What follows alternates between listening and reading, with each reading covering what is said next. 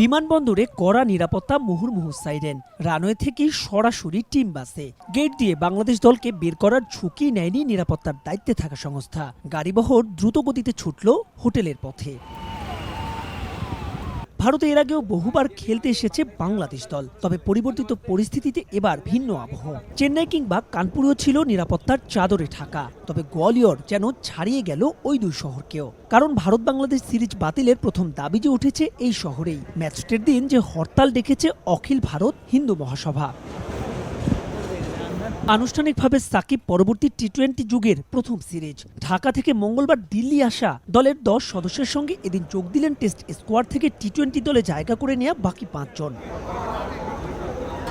একই বিমানে ছিলেন ভারতীয় দলের সদস্যরাও, তবে যারা টেস্টে না থেকে শুধু টি-20 স্কোয়াডে আছেন তারা এসেছেন সকাল 11টা নাগাদ। সবার আগে লেগে রবি বিষ্ণই, এরপর একে একে রিঙ্কু সিং, রিয়ান পরাগ, মায়াঙ্ক যাদব, ওয়াশিংটন সুন্দর, সূর্যকুমার যাদব আর হার্দিক পান্ডিয়া এলেন ভিন্ন ফ্লাইটে।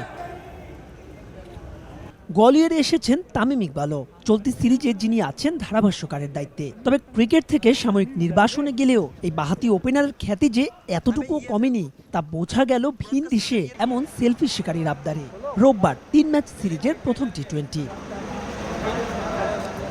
চেন্নাই হয়ে কানপুর, সাদা পোশাকে ব্যর্থতার ফিরিস্তি দীর্ঘ থেকে হয়েছে আরও দীর্ঘ।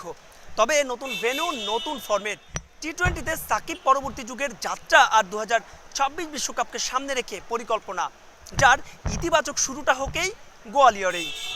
মাহবুব রিমন, সময় সংবাদ, গোয়ালিয়র, মধ্যপ্রদেশ, ভারত।